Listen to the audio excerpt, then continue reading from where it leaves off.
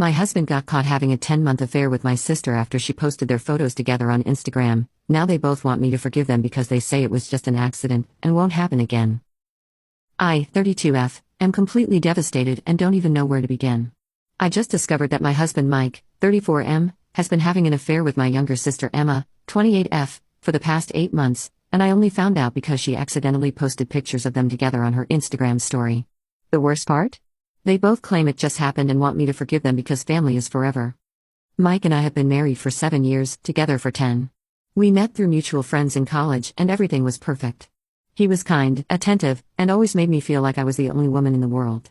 We built a beautiful life together, bought our dream house, both had successful careers. I'm a marketing director, he's an architect, and we're even starting to talk about having kids. Emma and I were always close growing up. Being 4 years apart, I was her protector, her confidant.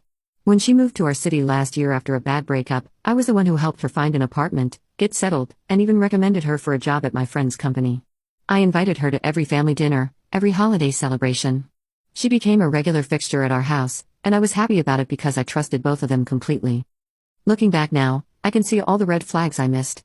The late-night work calls Mike started having, the sudden business trips that came up out of nowhere, how Emma always seemed to know his schedule better than I did. But I never suspected anything because who would think their own sister would do this to them? The truth came out 3 days ago in the most gut-wrenching way possible. I was at work, in the middle of a presentation to our biggest client, when my phone started buzzing nonstop. Finally, during a break, I checked it to find dozens of messages from friends asking if I was okay. Confused, I opened Instagram to see Emma had been posting stories all day from what looked like a romantic weekend getaway, beautiful hotel room with ocean views, champagne on ice, rose petals scattered across a king-size bed. She was documenting their perfect weekend like a teenager in love. That's when I saw it. In one of the photos, where she was showing off her new bikini in the hotel mirror, I could see a reflection that made my blood run cold. There was Mike, my Mike, lounging on the bed behind her, scrolling through his phone.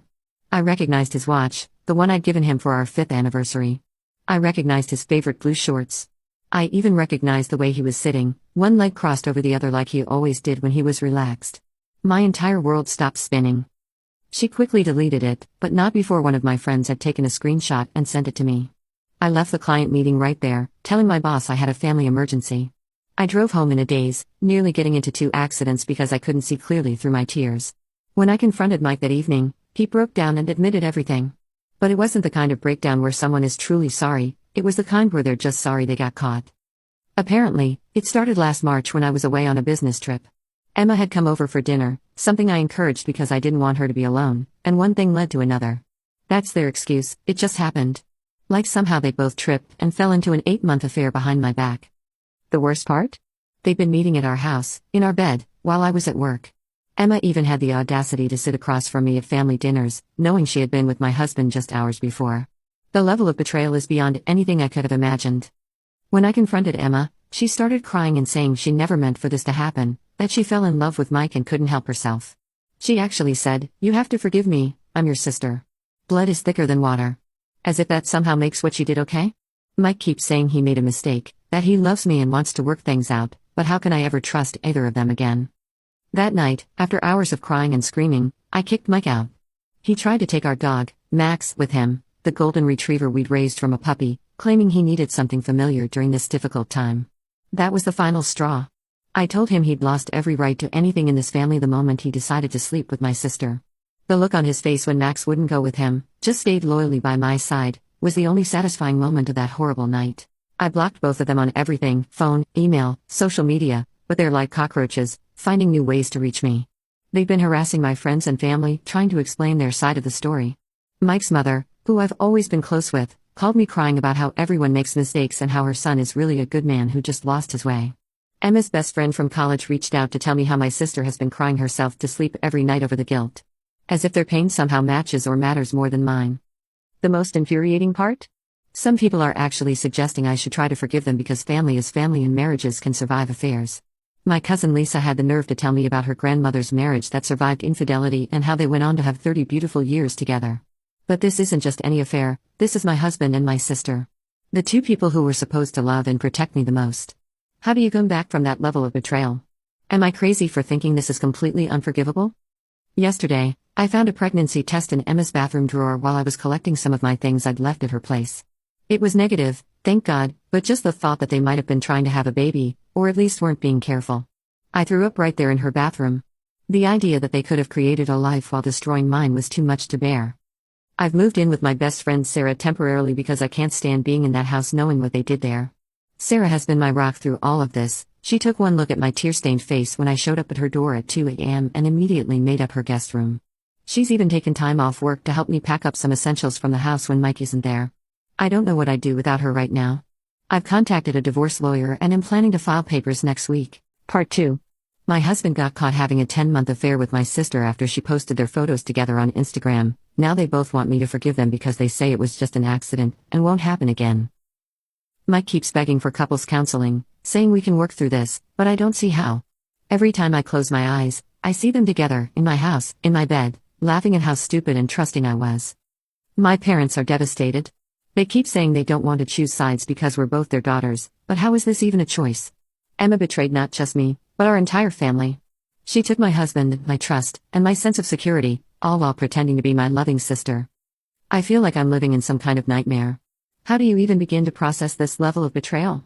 Not just from your spouse, but from your own sister? I need some outside perspective because right now, I can barely think straight. Update 1. It's been 2 weeks since my last post, and things have somehow gotten even worse. I thought I had hit rock bottom when I discovered the affair, but apparently, there was still further to fall. After I moved out and blocked them both, Emma actually moved into my house with Mike. She claims it's temporary and they're just supporting each other through this difficult time. Can you believe the audacity? They're living in my house, sleeping in my bed, while I'm staying on my friend's couch. I met with my lawyer, and we're moving forward with a divorce. Mike is trying to claim that since the house is in both our names, he has a right to stay there. My lawyer says we'll probably have to sell it and split the proceeds, which makes me sick to my stomach. I put most of the down payment on that house from my inheritance when my grandmother passed away. The worst part? Emma has been posting on social media about finding true love and how sometimes the heart wants what it wants. She's actually trying to paint this as some kind of romantic story. She even had the nerve to tag me in a post about forgiveness and healing family bonds. I had to have my friend check my social media because I still have them both blocked. My parents finally picked a side, but not the one I expected. They're pushing me to work things out with both Mike and Emma because they don't want to lose the family. My mom actually said, sometimes these things happen, and we have to learn to forgive. I couldn't believe what I was hearing. When I refused, my dad said I was being stubborn and throwing away a good marriage over one mistake. I've started seeing a therapist to help me process everything, and she's been amazing. She helped me understand that I'm not crazy for feeling betrayed by my entire family. She also helped me see that this wasn't just an 8-month affair, it was 8 months of calculated lies and manipulation from the two people I trusted most in the world. Some of our mutual friends have started taking sides too. A couple we've known for years invited Mike and Emma to their dinner party last weekend, then had the nerve to tell me they didn't want to choose sides. I've realized that anyone who can stay neutral in this situation is not someone I want in my life. I've started looking for my own place, somewhere far from our old neighborhood. I can't stand the thought of running into them at local places we used to go to. My company has been understanding and is letting me work remotely for now, which has been a lifesaver. The hardest part is the loneliness. I keep having moments where something funny happens and my first instinct is still to tell Mike or Emma about it. Then I remember, and it's like being betrayed all over again. Last night, I was watching our favorite TV show and automatically reached for my phone to text Emma about a plot twist. We used to always watch it together and text about it. The realization that I can't do that anymore hit me like a physical blow. I ended up crying myself to sleep, wondering how you start over when the two people you trusted most turn out to be strangers. The other day, I found a birthday card Emma had given me last year, where she wrote about how lucky she was to have the best sister in the world and how she'd always have my back. The pure hypocrisy of those words made me physically sick.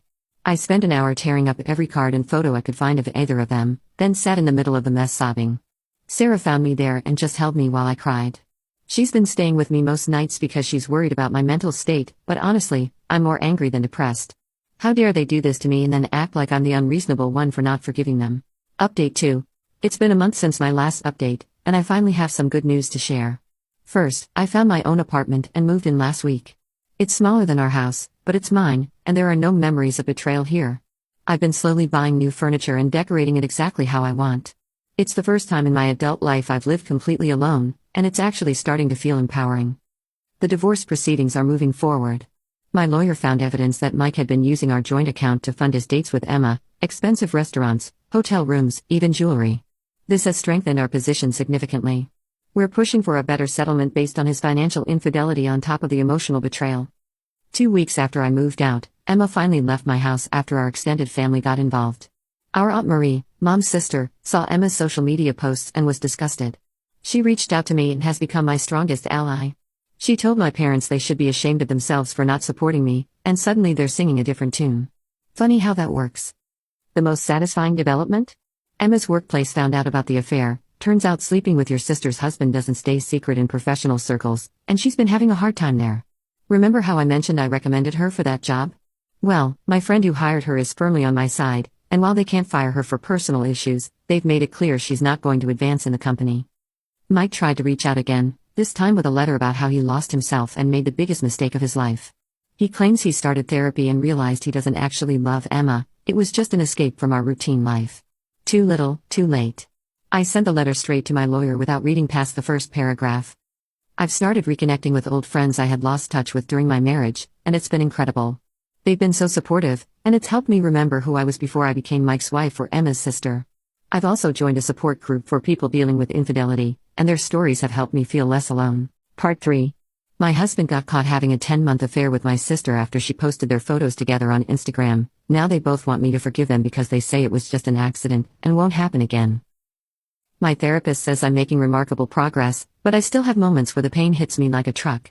Last week, I found an old photo album from our wedding, and seeing Emma as my maid of honor nearly broke me. But instead of falling apart, I took the album to my apartment complex's fire pit and burned it.